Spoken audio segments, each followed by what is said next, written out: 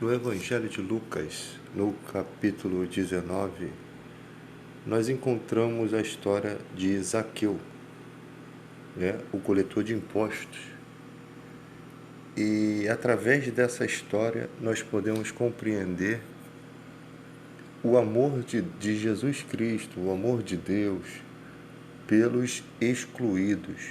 Né?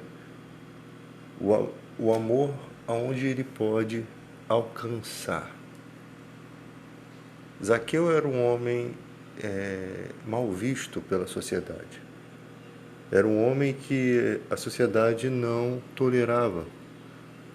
Com toda razão, a sociedade não podia aceitar Zaqueu. Então Jesus, que representa a palavra de Deus, ele vai ao encontro dessa pessoa, mas ele permite que aquela pessoa dê um passo na direção dele. Então, contra tudo e contra todos, Jesus vai até a casa de Zaqueu, mesmo ouvindo as queixas, as murmurações das pessoas. Então Jesus disse: o Filho do Homem veio buscar e salvar o que se havia perdido. Só ele pode fazer isso. O ser humano não tem essa capacidade. O ser humano não conhece os limites do amor de Deus. Hoje em dia nós temos fatos que precisam ser compreendidos, e às vezes quando a gente fala de compreendido de uma maneira saudável, de uma maneira amorosa, as pessoas acham que a gente está passando a mão. Não, você está tentando consertar as coisas. Não. Nós temos pessoas, hoje em dia, homossexuais. E qual a diferença dessas pessoas para outras pessoas que não são homossexuais? A diferença é que elas sentem diferente. Nossa percepção cristã nos diz: isso está errado. Sim, temos todas as razões. Só que nós não sentimos como elas. Nós não temos o desafio que ela tem. Primeiro, ela precisa acreditar que ela precisa mudar para ter uma aliança com Deus. Segundo, nós cristãos precisamos acreditar que a palavra de Deus tem poder suficiente para alcançar o coração daquela pessoa. A palavra de Deus, ela traz o Espírito Santo, e com a força do Espírito Santo, nenhum mal pode se permanecer de pé. Algumas dessas pessoas procuram viver um evangelho que a justifique. Elas estão certas? Não estão certas. E o que nós fazemos? Apenas falamos do amor de Jesus Cristo. Porque são fatos que desconhecemos, as razões, os motivos pela qual aquela pessoa sente assim, e nós devemos quebrar alguns preconceitos nossos, porque Jesus ele quebra vários protocolos na vida. Por amor se quebra os protocolos, não existe lei pelo amor. Com certeza aquela pessoa vai ter um outro trabalho, mas a Bíblia diz que onde abundou o pecado, superabundou a graça de Deus. Então isso é uma espécie de profecia acerca da revelação bíblica. Ela tem poder. Por isso Jesus nos manda pregar a tempo e fora de tempo. Aproveite as oportunidades. Nós não deveríamos estar preocupados se Deus pode ou não transformar uma vida. Muitas vezes nós queremos, com os nossos argumentos, mudar aquilo.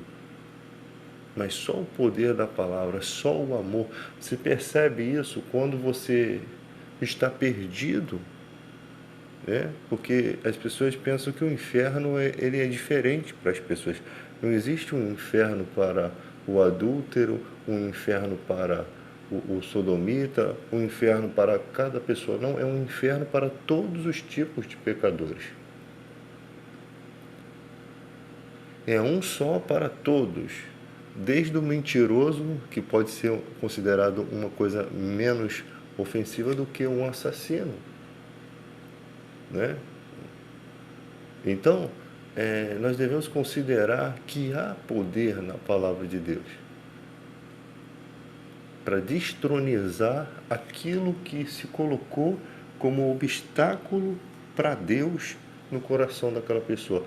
Porque uma coisa é você tentar achar que aquela pessoa pode, mas você não sente como ela, você não tem o desafio que ela tem. Jesus foi à casa de Zaqueu, não se sabe qual o diálogo, né? Não se sabe se Jesus tocou na condição de Zaqueu. O que se sabe é que houve uma transformação. O que se sabe é que da maneira que Zaqueu vivia, não traria resultado algum. O pior é que quando Deus toca a vida da pessoa e transforma, alguns murmuradores continuam se opondo. A nossa oposição ao pecado, ela só deve ocorrer até que haja a transformação. Depois que houve a transformação, nós precisamos entender que aquela pessoa está engatinhando na fé. Ela não nasce pronta no Evangelho, mas o primeiro amor, ele é muito bonito, porque naquele momento se espera muito. A unção de Deus traz uma alegria tão grande no coração das pessoas que elas começam a ser muito mais fiéis e dignas. E eu digo que as orações delas estão bem mais próximas de Deus do que a de muita gente que está há anos na igreja, né? Que precisa ainda voltar a se alimentar dos primeiros passos do Evangelho, porque naquele momento ela quer fazer tudo de bom, ela está zelosa pelas coisas de Deus, mesmo não sabendo ainda o caminho, mesmo ainda achando coisas de uma maneira diferente. Então nós temos que discernir isso também. Compreender que nós também éramos garotos, nós também andávamos como garotos. E às vezes não há essa compreensão. O Evangelho, ele trabalha com aliança. Deus nunca trabalhou sem aliança. Porque é necessário uma aliança com Deus para se vencer o mundo espiritual. E todos os dias há uma resistência na nossa vida, e além dos nossos adversários espirituais, que não conhecemos todas as suas artimanhas, né? Mas sabemos que ele rouba, mata e destrói, e está pronto a tragar a qualquer pessoa, né? É só achar a oportunidade. Nós sabemos que precisamos todos os dias lembrar da aliança que nós fizemos com Deus. Porque tem muita coisa que faz essa aliança ser quebrada. Então, muitas vezes a pessoa não está sentindo o amor de Deus, não está sentindo a fé, porque essa aliança está quebrada. Ela precisa ser restaurada. Você se sente exatamente como o filho pródigo, que está pensando em voltar para Deus. Primeiro, na mensagem do filho pródigo, há o reconhecimento da quebra de uma aliança. Se não existe esse reconhecimento, você ainda está ali na lama. Você ainda não tomou uma posição. Você está no fundo do poço. Então tem que se reconhecer, foi quebrada uma aliança com Deus. Precisa ser restabelecido. O que eu faço? Uma dica importante Jesus deixou. Aquele que der fruto, eu limpo para que produza mais fruto. A sua consciência tem que ser limpa das sujeiras e das bobagens que o mundo e que os seus próprios desejos encheram você, encheram o seu coração. Então comece aos poucos a dar frutos, comece a mostrar para Deus que você está caminhando na direção dele, que ele vem, te abraça, te limpa, coloca novamente o anel de autoridade de filho. É exatamente o que Jesus está querendo nos mostrar. que para Deus, o que depender dele, está ansioso para abraçar e beijar o filho. Ele está ansioso para tirar você daquela vida de escárnio, de sofrimento, porque estar afastado de Deus já é um sofrimento. O cristão sabe que sofre. Ele sabe que afastado de Deus ele não pode nada. Ele sabe que terrores espirituais lhe cercam. Ele sabe que as atitudes dele não estão sobre o seu domínio mais. É assim que o mal rouba, mata e destrói. Quebrou-se a aliança, ele aproveita. Uma aliança quebrada é uma oportunidade. Ele não vai ter muita força quando você está resistindo a ele. Quando a sua vida está dando fruto, você está resistindo ao diabo. E Jesus disse, ele fugirá de vós.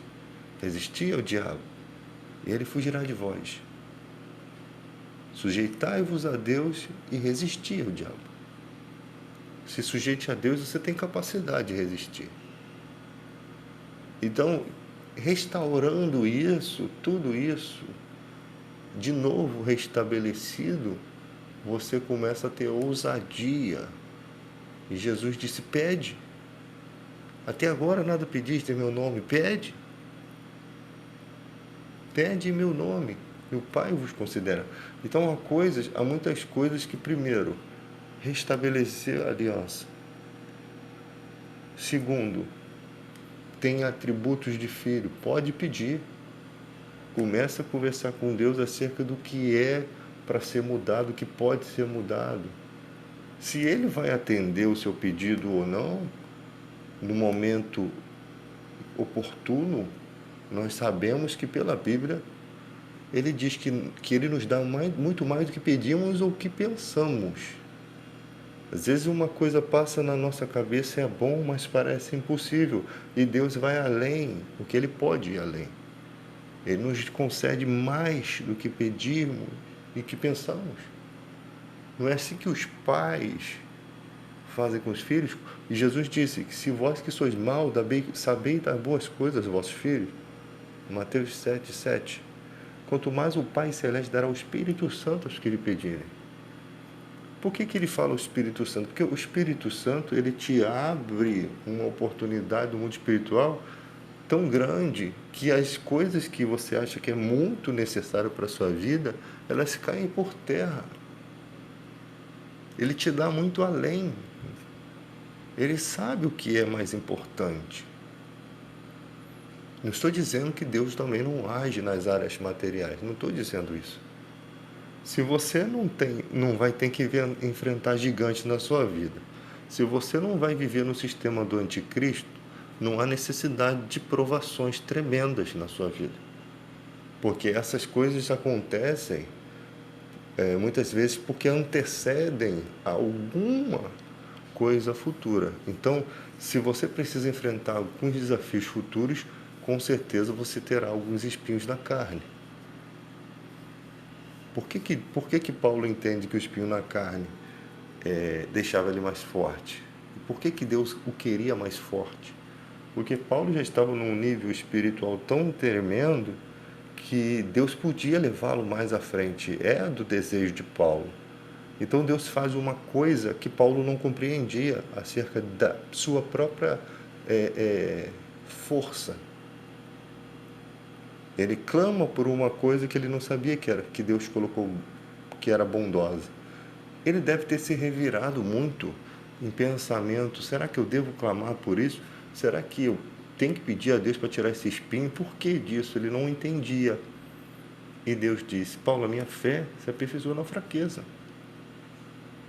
Quando há a compreensão disso, ele aceita aquela questão que antes desagradava ele começa a aceitar. Nós não sabemos que tipo de espinho na carne. Mas não é uma coisa imunda, não é um pensamento imundo como as pessoas elas acham. Era alguma coisa que mexia com a personalidade de Paulo, né? Talvez o desejo de ser um pregador do povo dele, né? De trazer de volta o povo dele e não conseguir isso. Não pode ser que ele tinha o desejo de ser um pregador da circuncisão, mas Deus envia ele para o caminho ao contrário. Ele foi pregar para os incircuncisos. Então, para o nível de Paulo, que foi arrebatado ao terceiro céu, viu coisas inefáveis, com certeza o mal já estaria preparando um plano, né, para que ele se ensoberbecesse e caísse em alguma cilada do inimigo. É como se Deus falasse para Paulo: Paulo, você está numa condição espiritual grande, mas Satanás tem muito mais anos e tem muito mais aptidão que um ser humano. Paulo era a afronta do inimigo. Quando o demônio estava sendo uma tentativa de expulsar o demônio em nome de Paulo, o demônio disse: eu conheço a Jesus e bem sei quem é Paulo. Ou seja, por que ele fala bem sei quem é Paulo? Ele devia estar brabo. Eu bem sei quem é esse cara escroto que está atrapalhando meus planos. Eu sei muito que esse cara está atrapalhando tudo aqui. Conheça Jesus, ou seja, Jesus já venceu o diabo, venceu tudo e não tinha mais chance para ele, está condenado. E bem sei quem é Paulo. Paulo é aquele que continua, que a gente já sabe que está perdido. Falta pouco para a gente. E Paulo está aqui para atormentar a gente. Paulo está aqui para acabar com o nosso sossego. Porque se o demônio quer entrar na vida de uma pessoa, Paulo ia lá e pregava o evangelho, acabava com tudo aquilo. Que é esse o poder do evangelho. É tirar das mãos de Satanás muitas coisas que ele gostaria de fazer. Muitos prazeres que ele gostaria de ter praticando o mal. Então, voltando à questão da homossexualidade, nós não podemos ser pessoas que peguem a Bíblia e cospem na cara das pessoas. É assim, é assim, é assim. Não. Nós temos que acreditar no poder, no amor de Deus, na misericórdia, assim como Ele é misericordioso conosco. Ele não aceita o pecado, mas Ele sabe tratar a vida de quem anda no pecado. Ele toma posições. Você vê que Jesus vai até Zaqueu. Zaqueu sobe numa árvore para vê-lo. É o próprio Deus já despertando no coração algum interesse, né? Algum interesse. É o próprio Deus. Jesus disse: ninguém vem a mim se o Pai não o trouxer. Quando que vocês vão entender isso? Ninguém vai ao Pai senão por mim. Ninguém vem a mim se o Pai não o trouxer. Por meio da pregação da palavra, sim, porque nós somos cooperadores com Cristo. Nós não somos fazedores da obra, nós somos colaboradores, mas quem faz tudo é Ele que está triunfando. É o Espírito Santo que está convencendo o mundo do pecado, da justiça e do juízo. Nós temos que fazer o nosso papel de cooperadores, né? Nós temos que fazer. Nós vemos hoje pessoas despreparadas que param uma pessoa na rua, a pessoa é homossexual, e para a pessoa e diz: ó, está escrito aqui que você vai para o inferno, que se você não mudar. Jesus nunca faria isso. Primeiro que Jesus não se metia na vida das pessoas. As pessoas que vinham querer saber de Jesus, quando as pessoas queriam vir saber de Jesus, ele tinha uma maneira amável de tratar o pecador, amável de conversar. Ele sabe muito bem o que é sofrimento espiritual e ele sabe muito bem o que é hipocrisia. As únicas raças de pessoa que Deus se afasta são pessoas hipócritas. Sabe o que é hipócrita? Pessoas que não têm disponibilidade para mudar. Elas só estão aqui para debochar, elas só estão aqui para ver como é que é escarnecer. E mesmo que ela veja a verdade, ela é capaz de debochar da verdade. Como Herodes, né? Que Jesus considerava uma raposa. Não queria nem papo com esse tipo de pessoa. Tem gente que Jesus não quer nem ideia. A boa da verdade é essa. Por quê? Porque ele já bateu muitas vezes na porta do coração daquela pessoa e viu que a porta está trancada, suja de porcarias e nunca se abre porque está encimentada por dentro. Ela nunca está disposta. Jesus disse: eis que estou à porta e bato. Se alguém abrir, entrarei e cearei com ele. Foi exatamente o que acontece na vida de Zaqueu. Ele abre. Ele abre. E Jesus se autoconvida para a casa dele. Hoje me convém pousar na sua casa. Ou seja, hoje estou aqui para falar com você. Estou aqui para resolver alguma coisa na sua vida. Estou aqui para mudar você. Hoje, agora. E Jesus vai lá. E Jesus não diz sobre a conversão dele até que ele tome uma posição. Talvez Zaqueu não fosse sempre daquela forma. Quando ele toma uma posição, Senhor, hoje mesmo, se eu fiz alguma coisa de errado, devolvo 4 vezes mais de acordo com a lei. E ainda divido metade dos meus bens aos pobres. Zaqueu faz muito mais do que lhe era necessário. Porque onde abundou o pecado, superabundou a graça de Deus. Era apenas necessário ele corrigir, se arrepender, mudar de vida. Mas ele não, eu vou restituir. Se eu não tive vergonha de roubar, como diz assim, se eu não tive vergonha de tirar, eu não tenho que ter vergonha de devolver. E 4 vezes mais pode trazer muita alegria, para mostrar que realmente estou disposto. A lei era assim, né? Para ficar muito bonito, para aquela pessoa que sofreu a perda falar assim, valeu a pena. Foi um investimento. Foi apenas um investimento. E glorificar a Deus, glória a Deus pela vida de Zaqueu, que é um homem totalmente diferente. Glória a Deus que a gente perdeu aquela percepção ridícula que nós tínhamos acerca dele. Porque mesmo os cristãos, quando perdoam, ainda fica aquela coisa ruim no coração, que às vezes, né, como diz a Bíblia, que o coração ofendido é como as trancas de um castelo. Está lá em Provérbios. As trancas do castelo é uma tranca por dentro, trancas de ferro, ferrolhos, com uma madeira enorme que precisa de várias pessoas para poder levantar aquilo. Só quem está por dentro consegue abrir. Às vezes você ofende uma pessoa de tal forma que ela não abre mais o coração, ela não aceita mais nada de você. Você chegou a um ponto em que ela se trancou. Não há como abrir mais. Ela só que pode abrir. E você fica ali igual um tolo batendo na porta, tentando. Está fechado. Está fechado. E Zaqueu ainda decide dar metade dos seus bens aos pobres. Ou seja, aquele cara que recebe a perda ainda observa que Zaqueu está disposto a mudar. Como não amar uma pessoa assim? Como não dizer que Deus transformou o coração dela? O que ela está ganhando com aquilo? Como você pode não aceitar aquilo? Como que você pode continuar murmurando? Porque tem gente que ainda continua. É como a questão do filho pródigo. O filho pródigo fica chateado porque o pai mata o melhor bezerro ali, faz uma festa para aquele que desperdiçou tudo.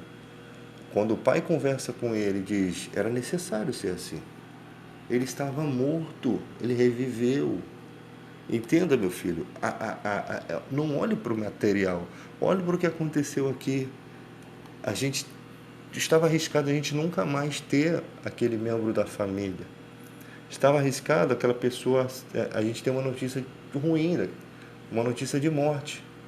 Mas agora não, ele voltou. Mas ele voltou diferente. Ele voltou mais experiente. Ele teve a queda, mas ele se arrependeu. Então é necessário uma festa, é necessário. E o filho com muito custo entra para dentro de casa, o outro filho, né? Eu não sei como é que continua essa história, mas com certeza ainda deve ter ocorrido algumas pirraças. Mas quando o filho mais velho, ele observa realmente, quando ele começa a pensar em tudo que viveu, quando eram pequenininhos, que o mais velho sempre é aquele filho protetor, né? É aquele filho que é o segundo amor, aquele que ama igual o pai, né? Ele vê o irmãozinho pequenininho, os verdadeiros irmãos, né? Não os invejosos. Ele vê como é bom ter um irmãozinho caçula que você vai ensinar as coisas. E o irmão caçula começa também a se espelhar no irmão mais velho. Ele começa a passar talvez um flashback na cabeça dele. E ali o coração dele é amenizado. Realmente o que o meu pai falou, ele é mais experiente, ele é mais maduro. E o sofrimento dele seria o meu sofrimento. Se esse meu irmão se perde, eu sofreria e meu pai sofreria mais ainda. Então começa a entrar numa área sensível, né? Que você precisa entender isso no dia a dia. Você precisa ter um coração tão... primeiro você precisa ter tido uma família, né? Você precisa ter vivido isso. Pessoas que não viveram isso, dificilmente vai ter essa sensibilidade. Mas às vezes você não vive isso, mas você vê isso em filmes e novelas e você realmente vê que é dessa forma. E aí o filho mais velho aceita essa proposta imposta pelo pai. Por quê? Porque é melhor viver feliz, é melhor deixar para trás, é melhor seguir daqui para frente, porque ficar machucando o coração com mágoas, só quem tem interesse nisso é o diabo. Ele que tem esse interesse de ficar ali causando males, né? Pensamentos que às vezes te tiram o sono, te tiram a tranquilidade e que só te levam ao ódio, não te levam na direção de Deus. E para concluir, um dia tudo vai finalizar. Não existirá mais profecia, não existirá mais nada. A única coisa que vai restar é o amor. Então, o amor é o vínculo da perfeição. Vamos focar nisso, porque esse é o caminho certo. Nesse caminho não existe arrependimento.